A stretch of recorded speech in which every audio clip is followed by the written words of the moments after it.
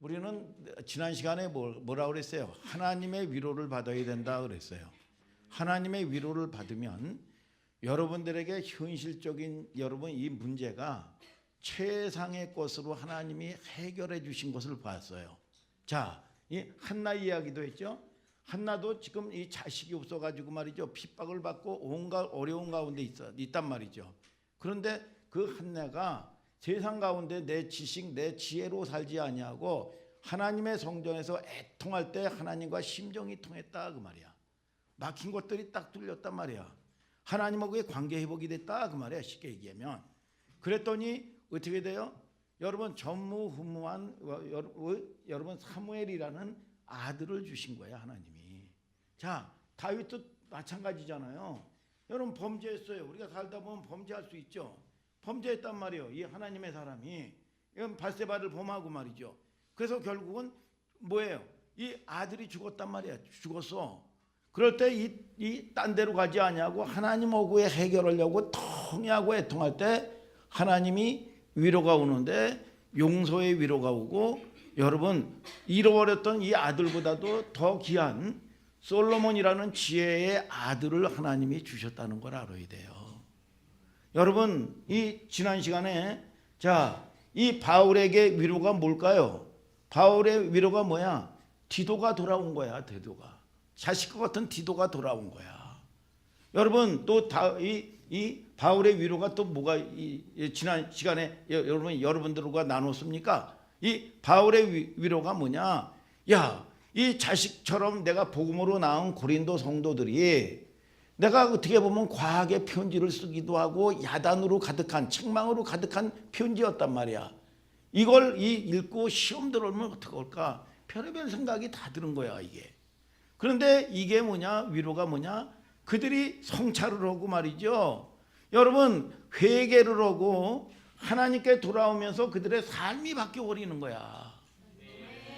이게 이 바울의 위로는 여러분 그런 큰 위로가 있었단 말이죠. 자, 고린도후서 지난 시간에 7장 1절에 육과 영의 온갖 더러운 곳에서 자신을 깨끗하게 하자 그래서 지난 시간에 기억나요?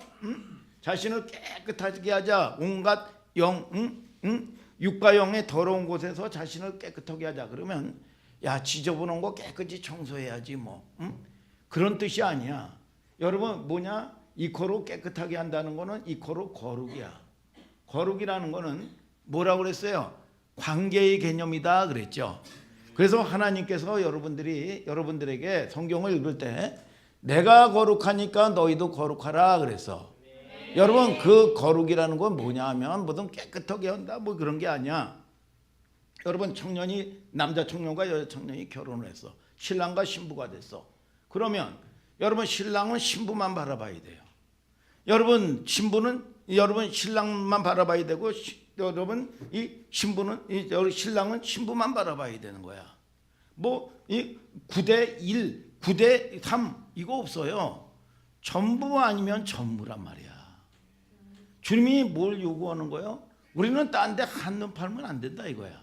하나님께 집중할 때 여러분 하나님이 여러분들에게 주시고자 하는 여러분 은혜와 축복이 엄청난 걸 아시기를 주님의 이름으로 축복합니다 여러분. 자, 우리가 사랑해 보세요.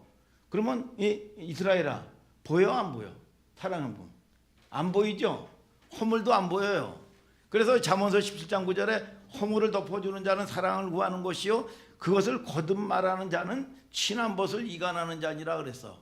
콩가치가 덮여버리는 거예요 이게. 사랑하면 그렇잖아요 여러분. 안 해봤어요?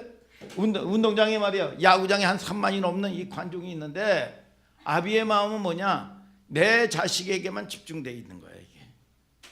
아비의 마음은 사랑하는 내 자식에게 수많이 있어도 아무 관계가 없어.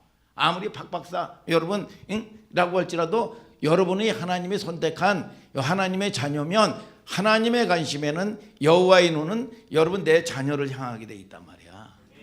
아멘입니까 여러분? 그런 여러분 이 은혜가 있게 되기를 주님의 이름으로 축복합니다 여러분. 자, 오늘 고린도후서 7장 12절 한번 이제 분쟁을 해결해 가는 모습을 보는 거예요. 7장 12절을 다 같이 한번 읽어봐요. 시작. 그런즉 내가 너희에게 쓴 것은 그 불의 행한 자를 위한 것도 아니요 그 불의 당한 자를 위한 것도 아니요 오직 우리를 위한 너희의 간절함이 하나님 앞에서 너희에게 나타나게 하려 함이로다. 자, 이게 오늘 읽었지만 여러분들이 무슨 소리인지 뭐가 무슨 소리인지 모르겠죠. 이게 자, 그런즉 내가 너희에게 쓴 것은 이렇게 시작해요. 너희에게 쓴 것은 쓴 이유는 그 얘기야. 불의를 행한 자를 위한 것도 아니요 불의를 당한 자를 위한 것도 아니다. 고린도에 이제 문제가 생겼단 말이야. 그러니까 이게 뭐냐 하면 뭐예요? 여러분, 첫째, 가해자를 위한 것도 아니다. 내가 너에게 쓴 것은 가해자를 책망하려고 쓴 것도 아니다. 두 번째는 불의를 당한 자를 위한 것도 아니라고 그랬어요. 그러면 뭐냐? 두 번째는 피해자를 위한 것도 아니다. 피해자를 그냥 일방적으로 감싸려고 내가 쓴 것도 아니다. 이 바울이 그 얘기를 하는 거예요. 여러분, 이 두 번째는 그러면 뭘 위함이야? 이 너의 간절함이 이렇게 나와요. 너의 간절함이 하나님 앞에 너에게 나타나게 하려 함이로다. 그런 것들이 모든 것들이 피해자든 가해자든 결국은 협력해서 선을 이루어야 되는데 하나님 앞에 너희들이 집중하기 위해서 내가 쓰는 거다 그 말이야. 응? 하나님께 집중, 그 사건을 통해서 하나님께 집중해야 된다 그 말이야. 여러분, 그렇기 때문에 내가 너희를 쓴 게 썼다 하는 거야. 여러분, 너희가 누구예요? 고린도 성도들이죠. 근데 항상 어떤 일이 복잡하거나 얽히거나 예를 들어 가지고 전쟁을 한다. 뭐 부부간의 전쟁 뭐 있잖아요. 여러분, 가정의 여러분 이 문제, 여러분 또는 교회의 문제, 직장에서 말이죠. 여러분 이 문제들 있어요. 사회생활을 하다 보면 그 문제에 대해서 여러분 많이 생긴단 말이에요. 여러분 복잡하고 얽힌 문제들이 말이죠. 예를 들어 가지고 전쟁을 한다고 생각을 해봐요. 제일 중요한 게 뭐냐 하면 전쟁을 할 때 보면 전선을 파악하는 게 중요해요. 전선을 파악하는 게 중요하단 말이죠. 싸움의 본질을 파악하는 거야 이게. 여러분 이 가정의 분쟁도 마찬가지고 부부의 분쟁도 마찬가지고 여러분 직장에서 여러분 동료들과 여러분 여러분 상하 간의 분쟁도 다 마찬가지입니다. 교회 분쟁도 마찬가지고. 가만히 보면 마귀가 제일 잘 써먹는 작전이 뭔지 아세요? 전선을 불분명하게 만들어 버립니다. 본질을 불분명하게 만들어. 그리고 꼬이고 엉키게 만들어 버려요. 여러분 한번 보세요. 이 사단의 작전이 이사야서 27장 1절 한번 다 같이 읽어봐요. 시작. 그날에 여호와께서 그 견고하고 크고 강한 칼로 날랜 뱀 리워야단 곧 꼬불꼬불한 뱀 리워야단을 벌하시며. 자, 사단을 갖다가 뭐라고 그랬어요? 리워야단인데 꼬불꼬불한 뱀이라는 거야. 영이라는 거야. 여러분 요 사탄이 여기에 딱 들어오면 꼬여버려요. 셉이 다 꼬여버려요 이게. 야, 이 다 꼬여버리는 거예요. 싸우는 라인이 헷갈려 버려요 이게. 바울이 정확하게 바울을 통해서 하나님이 고린도 성도들에게 그걸 드러내 준 겁니다. 성도들 입장에서는 바울이 편지를 보냈을 때 가해자를 야단치는구나. 아니야. 피해자에게 위로를 주시는 말씀이 이러구나. 이거는 진영 논리에 빠진 거야. 여러분 이게 아니요. 여러분 그럴 수 있죠. 여러분 교회의 분쟁이라든지 가정의 분쟁이라든지 뭐 형제들의 분쟁이든지 여러 분쟁이 일어나고 전쟁이 일어나면 내 편이 갈라져. 민선호 누구 편이냐? 박장로 편이냐? 강 목사 편이냐? 누구 편이냐? 정말 안 된단 말이야 이게 네 편 내 편 뭐냐? 아군 여러분 적군으로 여러분 진영이 갈라진단 말이에요 이게. 여러분 갈라지는 거예요. 어려운 문제가 발생할 때마다 하나님의 말씀이 뭔지를 알아야 돼. 그래서 여러분 저와 여러분들이 어떤 사람은요 약한 자의 편에 들으면 자기가 의로운 것처럼 여러분 하는 사람들이 있어요. 어떤 사람은 강자 편에 섭니다. 이게 아니란 말이야. 하나님의 말씀 편에 서야 돼. 다윗이 뭐라고 얘기해요? 그렇게 고난을 받으면서 여러분 이 원수 이 사울을 죽일 수도 있는데 기름 부은 자를 만지지 말라고 그랬어. 여러분 이게 하나님이 여러분 하나님의 의도와 하나님의 뜻이 어디 있는 줄 알아야 돼요. 이게 여러분 자 보세요. 다윗이 평생에 다윗에 대해서 박수를 쳐줘. 응? 이 뭐냐 골리앗을 물리쳤으니까. 근데 다윗은 교만하게 말이죠. 우쭐하지 않고 시편 26편 1절에 뭐라 그럽니까? 하나님이 나를 판단하게 하소서.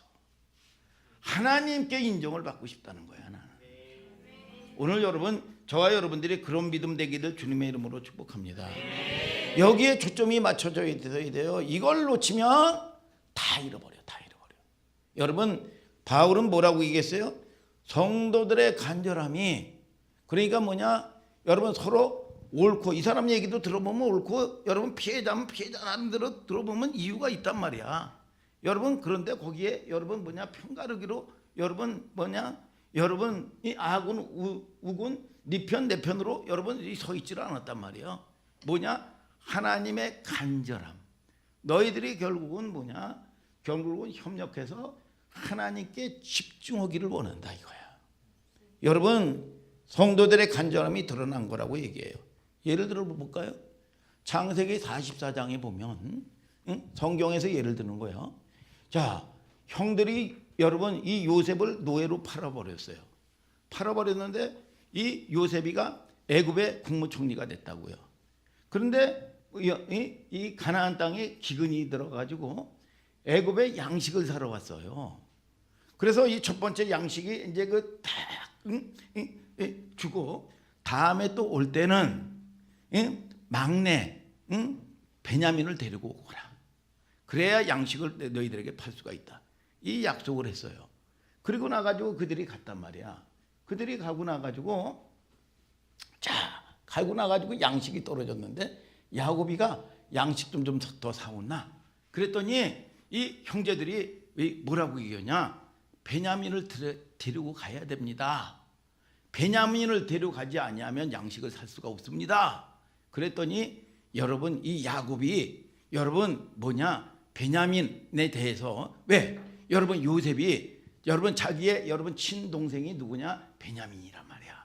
보고 싶어서 여러분 이렇게 한 거란 말이죠. 그랬더니 야곱의 입장에서는 기가 막힌 얘기를 합니다. 자 한번 읽어볼까요? 자 창세기 44장 한번 25절부터 한번 읽어봐요. 시작. 그 후에 우리 아비가 다시 가서 곡물을 조금 사오라 하시기로 우리가 이르되 우리가 내려갈 수 없나이다. 우리 말제 아우가 함께하면 내려가려니와 말제 아우가 우리와 함께함이 아니면 그 사람의 얼굴을 볼 수 없음이니이다. 주의 종 우리 아비가 우리에게 이르되 너희도 알거니와 내 아내가 내게 두 아들을 낳았으나. 자, 참 이 형들이요. 이 요셉이 시험하고자 하는 것들이 있어요. 형들이 어떻게 변했는지 시험하고자 하는 것도 있고 또 베냐민이라는 이 동생과 같이 있고 싶어서 여러분 데리고 오라고 얘기했는데 이 형들의 고백 속에서 기가 막힌 얘기를 합니다. 뭐예요? 여러분 이 야곱이 여러분 사랑하는 아내가 누구예요? 라헬이란 말이야. 내 아내라고 27절에 얘기해요. 내 아내. 내 아내에게 두 아들이 있다. 여러분 내 아내. 그러니까 야곱이 여러분 아내로 인정하는 사람이 누구냐? 라헬 하나뿐이야. 여러분 이 야곱이 아들로 인정 12명의 아들인데 배다른 아들이 있고 12명의 아들인데 야곱이 여러분 인정하는 아들이 여러분 누구냐? 요셉과 죽은 여러분 이 야곱의 입장에서는 요셉이 죽은 거예요. 요셉과 베냐민이야. 그러니까 이 베냐민을 못 보낸다는 거야. 이러면서 이 계시가 이 요셉에게 계시가 쫙 열린 거야. 요셉에게 계시가 열린 게 무슨 계시냐? 수십 년이 지나고 났는데 나만 피해자인 줄 알았는데 형들이 거절감, 아버지로부터 거절감, 상실감, 박탈감, 형들이 힘들었겠구나. 그럴 수밖에 없는 상황이었었겠구나. 이거를 이 어렸던 요셉은 이거를 이해를 해요, 못해요. 요셉은 늘 피해자야. 형들이 멸시하고 형들이 핍박하고 말이죠. 놀리고 그러는 대상이요. 형들 나쁜 새끼들이야. 이게 이 세상 말로 얘기하면, 여러분 진영 논리로 얘기하면. 근데 먼 훗날 이게 쫙 계시가 열려지니까 형들이 얼마나 상실감, 박탈감이 얼마나 아팠을까. 아니 자기 아들에게는 요셉과 여러분 이 베냐민에게는 빈풀 사다 주고, 여러분 딴 자식들은 말이죠 빈골 사다 주고 말이야. 여러분 이 요셉에게는 파나키오 학용품도 여러분 메이커 사다 주고 말이죠. 이 딴 자식들은 반하기오 사다 주고 말이죠.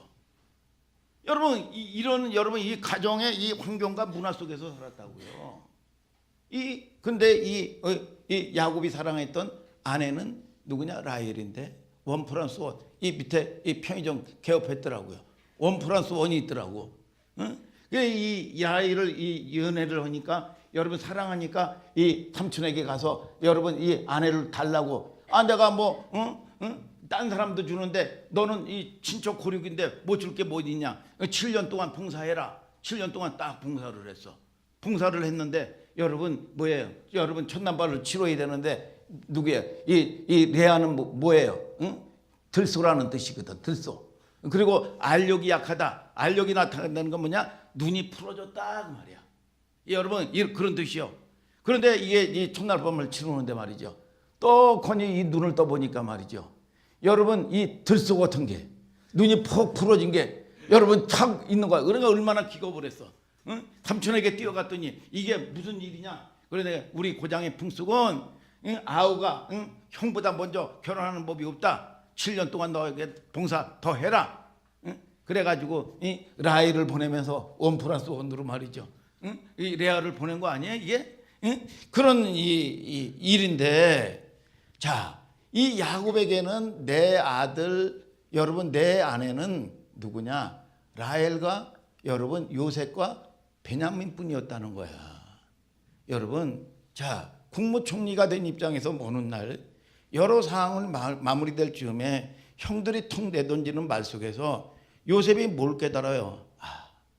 나만 피해자가 아니구나. 근데 이 진영 논리에 가면요, 다만 그냥 상처받은 거야. 대부분의 사람들이 그래요. 여러분 상처받을 만한 이유가 있어야 다. 여러분 다 이게 뭐냐? 이게 막 계시가 열려지면 오늘 저와 여러분들이 넉넉히 이길 수 있는 역사가 있게 되기를 주님의 이름으로 축복합니다. 누구의 섭리 속에서 하나님의 경륜과 섭리 속에서 여러분 아군과 적군의 진영이 무너지는 겁니다. 피해자와 가해자의 담이 무너지는 거예요. 본래 우리는 건선징악이나 선악의 구도 속에서는 피해자와 가해자뿐이 안 나타나요. 여러분 그러나 하나님의 높은 섭리 속에서는 더 높은 의미가 있었다고요. 요셉에게 그랬듯이 고린도 성도들에게도 그런 일이 있었던 거야. 고린도 성도들이 가해자와 피해자를 뛰어넘어서 그 힘들고 어려웠던 시간들 때문에 어떻게 졌나? 간절해졌단 말이야. 여러분 힘이 드니까 간절해졌으니까 하나님의 사람은 뭐예요? 하나님에 대해서 초점을 맞추게 돼 있단 말이야. 하나님에 대해서 간절해졌어요. 여러분 혹시 영화 중에서 마영곤 집사님이 영화를 많이 보는데 저 영화 중에서 오늘이라는 영화 본 적 있어요? 응? 오늘은 못 봤어요. 그거는 이런 좋은 영화인데 안 봤어요. 좋은 영화인데 이 좋은 영화는 흥행이 안 되더라고요. 이 영화의 주인공이 누가 나오냐면 송혜교라는 여러분 주인공이 나와요. 여러분 밋밋하고 지루한 영화인데 이게 좋은 영화예요. 송혜교의 남자친구가 있는데 이 결혼을 약속했어요. 그런데 이 남자친구가 고등학생에게 무참하게 살해를 당합니다. 여러분 그때부터 송혜교가 인생이 바뀌어요. 신앙인으로 나오는데 여러분 이 고등학생을 용서합니다. 그 아이의 장래를 위해서. 그래서 용서라는 주제를 가지고 용서의 현장을 찾아다니기도 하면서 말이죠. 인터뷰도 하고 막 그래요. 그리고 자료도 모으고 말이죠. 용서의 주제에 대해서 말이죠.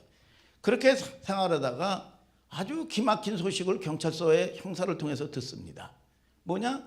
자기가 탄원서도 써주고 용서를 한 이 아이가 여러분 또 다른 사람을 무참하게 살해를 또 한 거예요. 여러분, 그리고 나가지고 경찰서에서 조사 문제 때문에 여러분 딱 앉아 있는데 그 담당 형사가 하는 얘기가 있어요. 여러분 뭐라고 얘기하냐? 에이, 대책 없는 용서는 죄악입니다. 그렇게 얘기를 해요. 여러분 어쩌다 이 한국 사회가 때로는요 마음에다가 준비도 안 돼 있는데 용서를 강요합니다. 여러분 그냥 용서해 그냥. 여러분 자기가 당해봤냐 이거야. 여러분 겪어봤냐 이거야.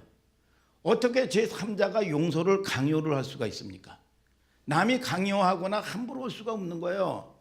이 영화에서는 뭐라고 말하냐면 용서를 강요하는 것은 남의 용서를 도둑질시키는 것이다 라고 그랬어요. 그래서 용서는 함부로 강요를 해서도 안 되는 거예요. 하나님이 우리를 용서하셨죠. 아멘 하시길 바랍니다. 하나님이 우리를 용서하셨는데 그냥 여러분 없었던 걸로 퉁치자 처벌도 없이 용서한 게 아니에요. 예수님을 십자가에서 처절하게 여러분 처벌하셨어요. 여러분 무서운 용서죠. 우리에게 임한 하나님의 용서는 대가도 지불하지 아니하고 말이죠. 처벌 없는 용서가 아니야. 여러분 그걸 여러분들이 알아야 돼요. 잘 늘 보세요. 여러분 우리가 이 사무엘상에도 보면 지난주에 여러분 이 예를 들었잖아요. 사무엘상에도 보면 이때가 언제냐 하면 사사기 말시대야. 말시대. 사무엘이 이제 그 나와서 이제 여러분 이 통치가 이제 시작되는 여러분 이 사사기 말시대인데 그들이 미스바에서 말이죠. 여러분 미스바에서 이 하나님의 백성들이 말이죠. 어떻게 했습니까? 제단에다가 물을 쫙 뿌리는 거야. 여러분 아니 이게 무슨 행위 예술도 아니고 뭐야 이게. 여러분 잘 보세요. 회복이 되기 시작하려면 그들의 간절한 마음이 물붓듯하는 마음이 하나님을 향해서 처절하게 애통하는 마음이 물붓듯한 마음이 있을 때 사무엘을 통해서 이스라엘 백성들을 다스렸다 그랬어. 오늘 여러분 하나님이 여러분들을 다스릴 수 있는 여러분들 되시길 바랍니다. 말씀이 여러분들이 떨어질 때마다 그 말씀과 싸울 수 있는 여러분 순종의 싸움을 싸울 수 있는 여러분들 되시길 바랍니다. 그래야 여러분 회복이 시작되는 거예요. 호세아도 마찬가지요. 그냥 궁율이 있지를 않아요. 그냥 궁율이다. 하나님이 불쌍히 여기면 다 끝나는 거예요. 근데 불쌍히 여긴다는 게 그냥 여러분 오는 게 아니라 뭐냐? 그들이 여러분 가지고 있는 여러분 뭡니까? 육적인 여러분 그런 모든 여러분 잘잘못들을 하나님 앞에서 애통하면서 말이죠. 여러분 하나님 앞에서 자기를 성찰해 나갈 때 그런 마음을 가질 때 하나님이 궁유를 쫙 베풀어 주시는 거라 그 말이야. 우리가 뭐 은혜 하니까 무슨 공짜로 얻어지는 줄 알아요. 여러분 은혜라는 거는 값 없는 거야. 값 없는 거. 값으로 헤아릴 수 없는 어마어마한 거야. 여러분 그게 값없이 그냥 주어진 게 아니요. 엄청나게 예수 그리스도가 저주를 받으신 거야. 처형을 받으신 거야. 갈라디아서 3장 13절에 예수 그리스도가 저주를 받은 바 되사 율법의 저주에서 우리를 속량했으니 기록된 바 나무에 달린 자마다 저주 아래 있는 자라 하였음이라. 아멘 아멘. 여러분 저주의 대상으로 매달은 거예요. 용서는 여러분 그래서 대책 없이 말이죠. 여러분 그냥 말로 용서한다 말로 해결한다고 해서 되는 게 아니야. 이게 그냥 반성이나 하는 거에 불과한 거지요. 여러분 그냥 우리가 미움과 증오를 말이죠. 여러분 우리도 여러분 생각을 해보세요. 내가 이렇게 쉽게 표현합니까? 내가 꼬라지 여러분 나도 여러분 이해 못하는 꼬라지들이 있잖아. 그런데 잘 보세요. 여러분 이 꼬라지들을 여러분 이 내 속에 이게 육적인 변화받지 못하는 이거에 집중해 보세요. 노이로제 걸립니다. 노이로제 걸려요. 그냥 내버려 두세요. 그냥 내버려 두고 그 인정을 하셔요. 그리고 나서 하나님께 자꾸 집중하는 훈련을 하란 말이야. 그러면은 이게 뭐냐? 사이드로 여러분 여러분 없어지는 게 아니라 사이드로 여러분 가는 거야.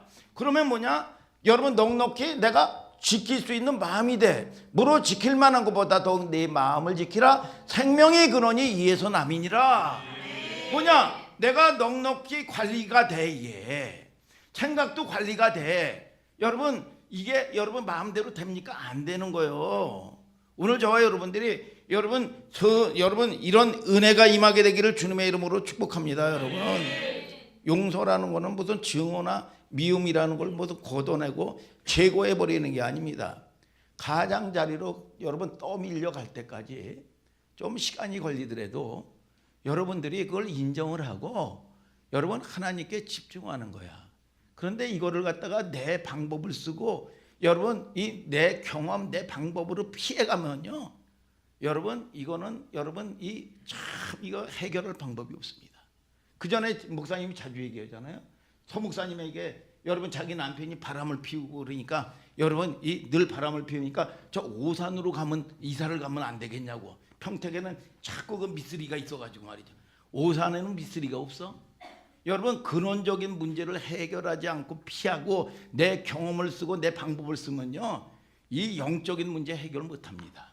오늘 여러분 저와 여러분들이 깨닫는 은총이 있게 되기를 예수 그리스도의 이름으로 축복합니다. 여러분, 자, 우리가 함부로 강요하거나 그냥 미움과 증오를 말이죠 억지로 몰아내려고 한다든지, 그게 여러분 어떻게 보면 나쁠 수가 있어요. 그게 보면 겉다르고 속다르는 말이죠 척척하는 율법주의자로 만들거나 이중인격자로 여러분 만드는 거예요. 여러분 이것 때문에 송혜교가 여러분 또 바뀝니다. 내가 크게 잘못했구나, 내가 너무너무 잘못했구나. 나중에 이런 얘기를 합니다. 용서라는 것은 증오나 믿음을 걷어내고 제거하는 게 아니라 가장자리로 떠밀려 갈 때까지 그냥 그대로 두는 것이다. 아멘, 아멘. 여러분 성령 충만해서 여러분들이 마음관리를 할 수 있는 여러분들 되기를 주님의 이름으로 축복합니다. 우리가 다 용서할 수 있다고 보세요? 어림없는 소리요. 우리는 용서 못합니다. 그런데 왜 기독교는 용서하라고 그랬어요? 그런데 기독교는 왜 용서하라고 그랬냐 이거야. 마태복음 18장에 보면 1만 달란트 갚을 수 없는 어마어마한 돈을 탕감받은 종이 자기에게 빚진 자 100데나리온의 이 작은 빚진 자를 용서하지 못하는 장면이 나옵니다. 여러분, 베드로가 거기 답에서 찾아야 돼요. 베드로가 예수님에게 묻습니다. 주님 7번 용서하면 됩니까? 그랬더니 예수님이 7번씩 70번씩 용서해라. 그런 얘기를 해요. 야, 요 베드로가 왜 그런 얘기를 했는 줄 알아야 돼요. 그 당시에 문화나 간습에서는 삼진 아웃 제도가 있었어요. 뭐냐? 자, 김영석 안수 집사님이 자애로우시고 인자하시고 덕이 많으신 분이야.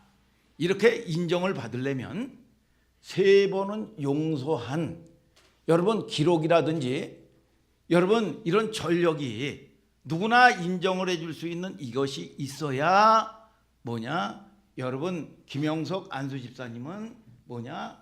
여러분 자애롭고 인자하시고 덕이 많으신 분이야. 여러분 이렇게 인정을 한 여러분 이 풍속이 있었단 말이야. 그러니까 이제 베드로가 뭐라 그래요? 여러분 주님 7번 그러면 이게 3번인데 7번 용서하면 됩니까? 그런 거야. 그러니까 이게 무슨 얘기예요? 잘났다 그 말이야. 이 베드로의 자기의란 말이에요. 자기의. 잘났다. 자기의란 말이에요. 우리 공동체는 그래도 내가 하늘소망교회에서 신앙생활을 해야 하는데 민서야 7번 용서해야 되지 않겠습니까? 세상 묻으면 나야 되지 않겠습니까? 이게 뭐야? 잘난 척하는 거고요. 자기의예요. 자기의. 여러분 예수님이 듣고 있을 때 얼마나 기가 막히고 웃기는 얘기일 거예요. 여러분 자기가 용서를 해줄 줄 알았지, 7번 용서할 줄 알았지. 그래서 예수님이 꺼낸 얘기가 7번씩 70번씩 해야 된다. 그 말은 화난 얘기야. 할 수 없다는 얘기야. 여러분 용서는 여러분 불가능한 얘기예요. 그나마 자기도 여러분 자기 의에 가득한 사람들이 여러분 이런 속성들을 가지고 있단 말이에요. 그런데 막상 저거다 보면 아무것도 하지 못해요. 예. 여러분 하나님이 은혜 주셔야 되는 거예요. 예. 불가능한 얘기란 말이죠. 아니 그래서 주님이 죽으신 거야. 여러분 아니 기독교가 리모델링 하는 종교라든지 여러분 무슨 여러분 고쳐서 쓰는 거라면은 여러분 주님이 죽으실 필요가 없어요. 고쳐서 쓰지. 여러분 자 주님이 죽으신 거야. 우리는 용서할 수가 없어요. 용서를 자꾸 강요해서도 안 되고 억지로 여러분 이 내 본질 안에 있는 이거를 자꾸 말이죠. 여러분 저와 여러분들이 억지로 하려고 해서 되는 게 아니야. 이게 영적인 문제이기 때문에 십자가의 은혜와 새로운 사랑이 내 심령 가운데서 흘러 들어와야 내 중심부에 있는 미움과 증오가 저절로 사이드에 여러분 이 나가면서 이게 관리가 되는 거예요. 이 목사님도 그 전에 그런 경험이 있어요. 진짜 힘들어. 진짜 짜증나고 이 기도도 안 돼. 그랬더니 하나님의 은혜가 쫙 이 강물 이 폭우수처럼 임하면서 파도 있죠. 파도가 얘 가지고 확 뒤집어지는 것처럼 이게 뒤집어지더니 그렇게 궁율이 오는 거야. 그러면서 눈물이 막 나는 거야 이게. 그리고 도리어 이 원수가 불쌍해지는 거야 이게. 야 여러분들이요 이런 여러분 하나님이 여러분 부어주시는 은혜가 있어야 되는 거지. 내가 무슨 윤리 도덕으로 내가 여러분 내 기질로 여러분 할 수 있는 게 아닌 겁니다. 아멘 아멘. 그래서 미움과 증오가 저절로 떠밀려 갈 때까지 숙성되고 기다리고 기다려줘야 되는 거예요. 우리는 자꾸 강요하잖아요. 용서해라. 여러분 그 사람이 더 미울 때가 있잖아요. 특히 무슨 종교의 이름으로 말이죠. 강요할 때가 보면 열불 나는 거 아니에요. 1만 달란트와 100다나리온의 여러분 이야기는 굉장한 트릭이 있어요. 1만 달란트 탕감받은 주인이 뭐라고 그러냐면 마태복음 18장 24절 25절에 내 자식과 내 몸이라도 내 소유라도 다 팔아서 갚아라. 갚을 것이 근데 없는지라 그랬어요. 갚을 게 없는 걸 세상에서 뭐라고 그래요? 김해찬 뭐라고 그래요? 파산난 존재다 그랬어. 그죠? 응? 갚을 걸 없는 거 파산된 존재야. 우리는 영적으로요 파산된 존재입니다. 여러분 파산된 존재예요. 갚을 의지도 없고 의도 없습니다. 내 안에 말이죠. 그러니까 종이 그 말을 듣고 기막힌 얘기를 합니다. 마태복음 18장 26절에 주인님이여 참으소서 뭐예요? 기다려 주옵소서 내가 갚겠나이다. 두 가지를 몰랐죠. 뭘 몰라요? 주제 파악이 안 된 거예요. 자기가 갚을 수 없는 존재라는 걸 몰라. 오늘 여러분 저와 여러분들이 건강한 자에게는 의원이 있을 때 없다고 그랬어. 여러분 병든 자라야 의원이 있을 때 있는 거야. 여러분 오늘 주님이 필요합니까? 모르는 걸 뭐라고 그래요? 죄라고 그래 죄라고.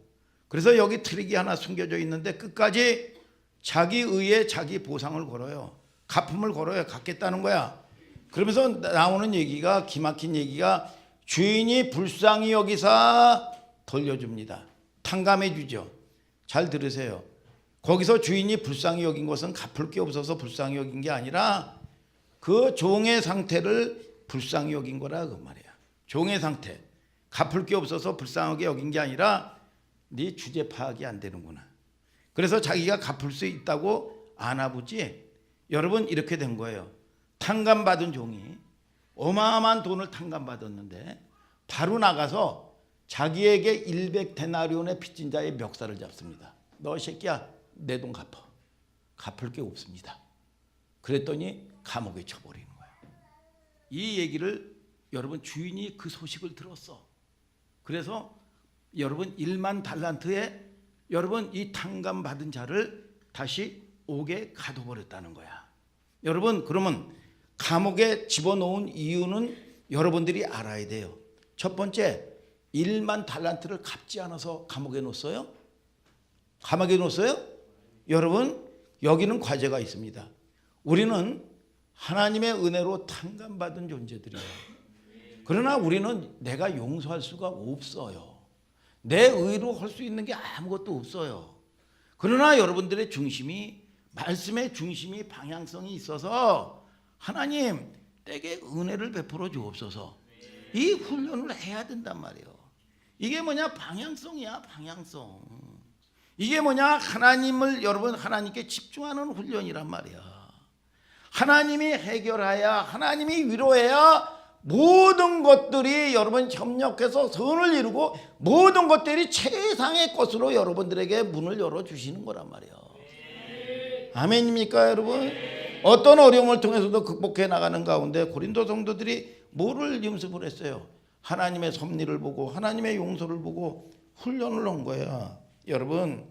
자, 그런데 이것이 내 경험을 쓴다든지 내 방법을 쓴다든지 여러분 여기서 여러분 뭐냐 여기서 있으면 미쓰리가 있어서 오산으로 피하면 되겠지, 여러분 피한다고 되는 게 아니에요. 거기 미쓰리가 없냐요. 근본 문제를 해결해야 돼. 근본 문제를. 아멘 아멘. 여러분 피상적으로 볼 때 이건 이렇게 해결하면 이렇게 문제 해결하면 되는데, 근데 하나님은 전혀 다른 의도를 가지고 있단 말이에요. 신묘막직하게 하나님은 여러분 캄캄했지만 문을 열어줘서 모든 것들이 착착착착착착 되게 만들어 주시는 분이 누구시냐? 우리의 좋으신 아버지란 말이에요. 아멘 아멘. 그래서 우리는 진영 논리에 갇히거나 또는 우리 수준으로 볼 때 가해자는 처벌해야 되지, 저 나쁜 놈, 피해자는 위로받아야 되지 말이죠. 여기만 생각할 수 있다 그 말이야 여러분. 그런데 인생살이가 여러분 우리의 삶이 여러분 그렇지 않아요. 성도들의 삶이, 성도들은 뭐 하게 돼 있어요? 하나님을 향해서 모두가 바라보게 돼 있단 말이에요. 집중하게 되었다. 우리가 정신 차려야 되겠구나. 저 사람의 넘어짐 속에서 내 모습이 반드시 있다니까. 여러분 목사님이 신학교 다닐 때요, 신학교 다닐 때 만학도 어떤 분이 있어요. 이 사람이 갑자기 돈을 잘 쓰는 거야. 이게 어마어마하게 돈을 잘 써요. 이게 뭐 재벌이 됐나 이제 어마어마하게 돈을 잘 쓰는 거야 이게. 근데 나중에 이 말로가 어떻게 되는 줄 아세요?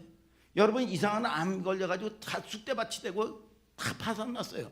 뭐냐 하면 이 사람이 어디에다가 투자를 했는데 여러분 다단계 같은데 대박을 주는 거야. 이게 옵션을 말이야. 그러니까 말이죠, 자기의 있는 거 없는 거 이거 대박 나게 재벌 되겠구나 다 끌어모은 거야. 그리고 일가 친척 형제들까지도 다 끌어모은 거야. 그런데 이게 사기친 거야 이게. 그래가지고 뭐 파산 나는 정도가 아니야. 죽었어. 이 목사님은 그런 여러분 요소가 없을까요? 여러분 그런 여러분 이 아는 사람을 통해서 여러분 그런 미혹이 있다면 나도 그런 이 여건이 되고 그러면 나도 당할 수 있는 문제구나 이게 여러분 오늘 여러분들에게 만남의 축복이 있게 되기를 주님의 이름으로 축복합니다. 그 사람의 교만함 속에서 내 모습이 없을까요? 여러분 그 사람의 넘어지고 여러분 이 파산나는 존재를 통해서 여러분 내 모습이 없냐 이거야. 오늘 여러분들이 겸손한 여러분들 되시기를 주님의 이름으로 축복합니다 여러분. 자, 나는 어떻게 할 것이냐. 그때 온 교회가요 간절했다는 얘기는 누구를 바라봤다? 하나님만을 바라봤다 이거야. 여러분 그러니까 바울의 위로가 되는 거예요. 위로의 핵심입니다. 이사야서 40장 1절을 한번 좀 찾아볼까요? 읽어볼까요? 시작. 너희 하나님이 가라사대 너희는 위로하라 내 백성을 위로하라. 자, 뭐라 그래요? 이사야 선지자에게 지금 묶여있고 포로가 되어 있는 하나님의 백성들을 위로하라는 거야. 아니, 여러분 이사야 선지자에게 계시해줘서 하나님이 말씀하시는 거예요.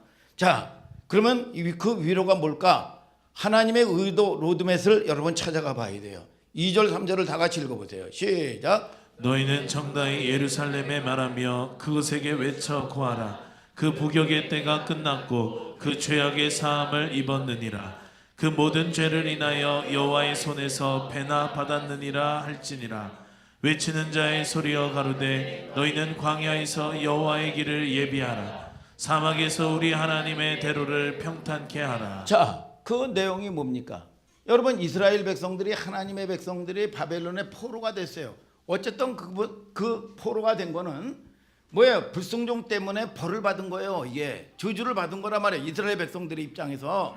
여러분 그런데 이 모든 복역의 때가 끝이 났어 이제. 그런데 이게 그냥 끝이 나는 게 아니야.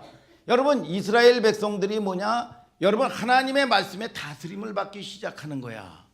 하나님께 집중하기 시작하는 거야. 자기의 모든 걸 이제 끝까지 바닥을 치니까 하나님께 집중하기 시작하니까 이사야 선지자를 통해서 하나님이 내 백성을 위로하라, 하나님의 백성들을 위로해라. 그 위로가 뭘까요? 여러분, 광야에서 여호와의 길을 예비하라는 거야. 오늘 저와 여러분들이 하나님께 집중을 하니까, 하나님의 다스림을 받기 시작하니까 하나님의 은혜의 때가 임하는 거야. 은혜의 때는 뭡니까? 자기의 잃어버렸던 모든 것들을 다 찾는 거야. 여러분, 자, 50년 만에 이게 은혜의 해란 말이야. 이게 여러분, 이스라엘 백성들에게 늘 부흥은 뭐냐? 여러분, 그말강가에서도 뭐냐? 언제 부흥이에요? 여러분, 그동안 내가 묶였으니까 예배 못 드리고, 내가 묶여 있으니까 하나님께 헌신도 못 하고, 뭐 다 모든 게 묶였잖아. 그리고 체면했을 때는 끝이 없는 거예요.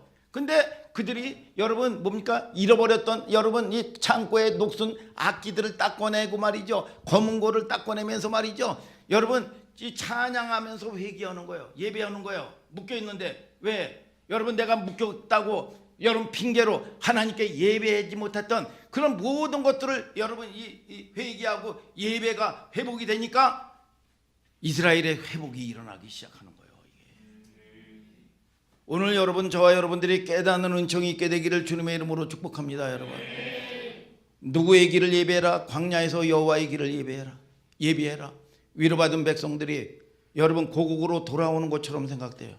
사막에서 우리 하나님의 길을 대로를 평탄케 하라. 여기에 대로라는 건 항상 왕의 대로 여러분 이 받을 때 쓰는 거예요. 단순히 왕의 대로가 아니라 잘 들으셔야 돼요. 로마에서는 여러분 이 왕이요 친정을 나갔습니다. 그러면 여러분 그 장군들이라든지 전쟁을 해서 어마어마한 큰 전쟁을 해서 돌아오잖아요. 돌아오면 뭡니까? 여러분 포로로 잡혀갔던 내 백성들을 찾아오는 거야. 여러분 잃어버렸던 물질을 찾아오는 거야. 아멘이죠. 여러분 그 적군들을 포로로 잡아오고 그 수많은 전리품을 다 여러분 찾아오는 거야. 이게 뭐냐? 왕의 대로야. 왕의 대로. 여러분 이걸 뭐냐? 회복을 얘기하는 거예요. 회복을. 왕이 혼자 오는 게 아니란 말이죠. 여러분 항상 거창하게 돌아와. 마찬가지예요. 계시록 마지막 절에 보면 뭡니까? 재림하실 주님이 오시죠. 그럴 때 뭐냐? 아멘 주 예수여 오시옵소서. 그분이 오시면 우리를 괴롭혔던 원수는 심판을 받고, 여러분 저와 여러분들의 하나님의 약속의 자녀는 여러분 물 붓듯이 은혜를 쏟아부어 주시는 거예요. 오시옵소서. 고대하는 문장으로 22장은 맞춰집니다. 뭘 얘기할까요? 왕의 귀환을 얘기하는 거예요. 그때가 되면 묶였던 자들이 그분과 함께 돌아와 그리스도께서는 왕이 되셔서 우리를 전부 찾아서 회복시켜 주시고 이 왕의 대로로 돌아오게 한다 그 말이야. 아멘 아멘. 이사야서 40장 6, 7, 8절을 다 같이 또 한번 읽어봐요. 시작. 말하는 자의 소리여 가로되 외치라. 대답하되 내가 무엇이라 외치리이까. 가로되 모든 육체는 풀이요 그 모든 아름다움은 들의 꽃 같으니 풀은 마르고 꽃은 시들면 여호와의 기운이 그 위에 불미라. 이 백성은 실로 풀이로다. 풀은 마르고 꽃은 시드나 우리 하나님의 말씀은 영영이 서리라 하라. 자, 가장 중요한 게 뭐야? 하나님의 말씀은 하나님이시란 말이야. 하나님의 말씀에 집중하는 거야. 집중. 아멘 아멘. 그래서 여러분 이 구절을 통해서 여러분 이 복음성과 찬송도 여러분 나오잖아요. 여러분 풀은 마르고 꽃은 시드나 주의 말씀은 영원해. 여러분 그러잖아요. 예, 여러분. 자, 누구의 계획대로 진행돼요? 하나님의 계획대로 진행되고 있다는 얘기예요. 그런데 이사야서 40장 9절을 다 같이 한번 읽어봐요. 시작. 아름다운 소식을 시온에 전하는 자여 너는 높은 산에 오르라. 아름다운 소식을 예루살렘에 전하는 자여 너는 힘써 소리를 높이라. 두려워 말고 소리를 높여 유다의 성읍들에 이르기를 너희 하나님을 보라 하라. 뭐예요? 결국은 뭡니까? 유다의 성읍에서 너희 하나님을 바라봐라 그 말이야. 여기에 위로의 정의가 놓여져 있는 거예요. 위로라는 건 결국은 그 백성들로 하여금 하나님하고의 관계 회복을 얘기하는 거예요. 하나님을 주목하는 게 진짜 위로 중에 위로다 그 말이야.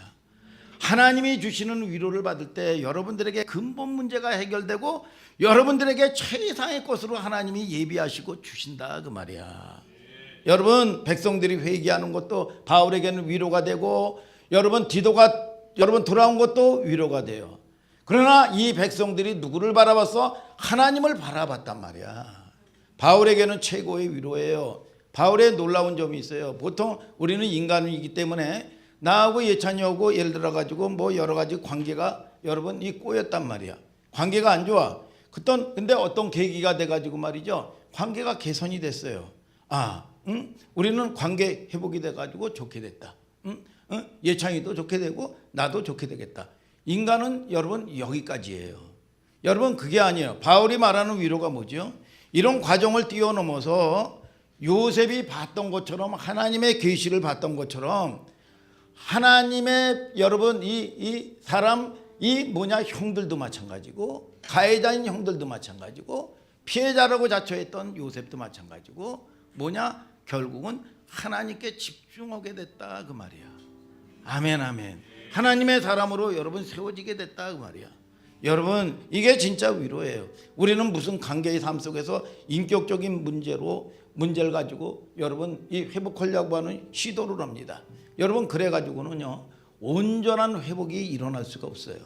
여러분 수많이 이루어지는 인간 사회 속에서 갈등이라든지 여러분 또는 여러분 여러 가지 크고 적은 문제들을 가운데 말이죠. 여러분 하나님을 바라보게 하는 거예요.